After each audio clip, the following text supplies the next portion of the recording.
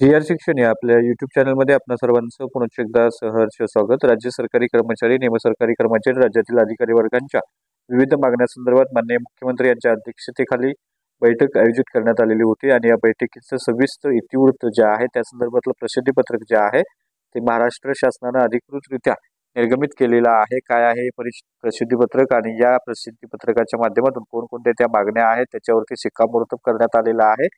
या संदर्भातील सविस्तर माहिती देणारा हा व्हिडिओ पाहण्यापूर्वी नेहमीप्रमाणे आपल्या सर्वांना एकच विनंती, व्हिडिओ शेवटपर्यंत पाहावा आणि आपण जर आमच्या चॅनलवर नवीन असाल तर चॅनलला जरूर सबस्क्राईब करा, समोरील बेल आयकॉनला सुद्धा क्लिक करा, जेणेकरून महत्त्वपूर्ण शासन निर्णय, कर्मचारी पेन्शनधारकांच्या हिताच्या महत्त्वपूर्ण अपडेट्स आपल्याला आपल्या YouTube चॅनलवरती सर्वात अगोदर पाहावयास मिळतील।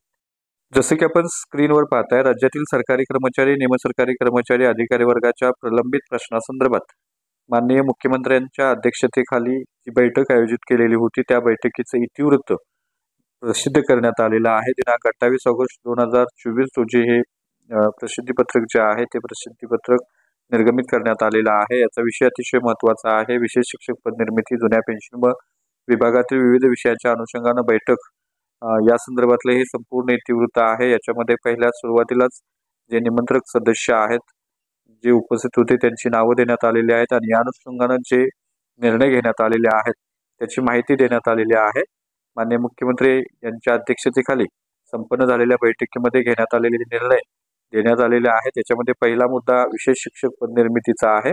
सद्यस्थिती प्रस्तुत प्रकरणी TISS संस्थेकडून याबाबतचा अहवाल प्राप्त झालेला आहे आणि बैठकीत या अनुषंगाने निर्णय घेण्यात आलेले आहेत। विशेष शिक्षकांचा संवर्ग तयार करण्याबाबतच्या सूचना सर्व राज्यांना देण्यात आलेल्या आहेत।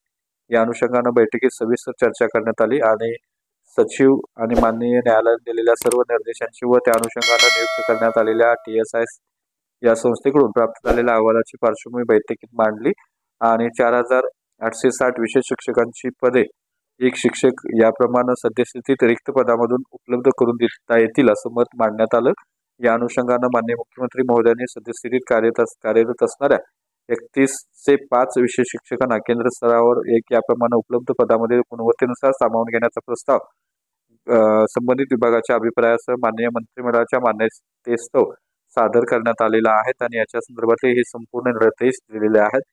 त्यानंतर टप्पा अनुदानाचा जो विषय आहे तो नमूद करण्यात आला। याच्यामध्ये आयुक्त शिक्षण यांच्याकडून दिनांक 7/8/2024 पत्रान्वये प्रस्ताव प्राप्त झालेला आहे आणि प्रस्ताव तपासून वित्त विभागाकडे सादर करण्यात आलेले आहेत आणि प्रस्ताव वित्त विभागात सादर करण्यात यावास निर्देश सुद्धा देण्यात आलेले आहेत। याचा कालावधी 2 आठवड्याचा देण्यात आलेला आहे आणि त्याच्यानंतर जुनी पेन्शन योजनेशी संबंधित बाबी या विषयावरती चर्चा करण्यात आली।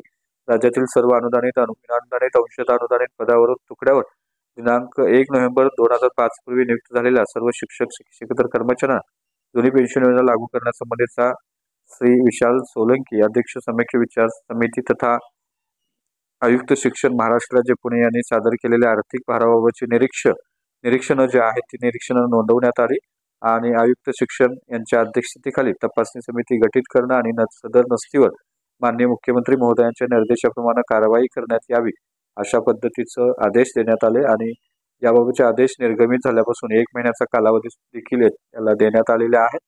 या अनुषंगाने अशा पद्धतीचे हे संपूर्ण गोष्टी ज्या आहेत या बैठकीमध्ये नमूद करण्यात आलेल्या आहेत आणि या संदर्भातली सविस्तर माहिती देखील याच्यामध्ये देण्यात आलेली आहेत आणि जुन्या पेन्शन संदर्भातली संपूर्ण जी तपासणी आहे किंवा संपूर्ण जो विचार जो आहे तो या बैठकीमध्ये मांडण्यात आला आणि संपूर्ण आर्थिक भार जो आहे त्या आर्थिक भारावर संदर्भात चर्चा करण्यात आली आणि 1 नोव्हेंबर 2005 पूर्वी नियुक्त असलेल्या परंतु 2006 नंतर टप्पा अनुदान असलेल्या सर्व शाळांतील शिक्षकांना जुनी पेन्शन योजना द्यावी या संदर्भात सर्वांचं एकमत झालं आणि या संदर्भातली कार्यवाही करण्यास सांगण्यात आलेलं आहे। त्यामुळे निश्चितच या कर्मचाऱ्यांसाठी ही आनंदाची बातमी आहे असं आपल्याला म्हणता येईल।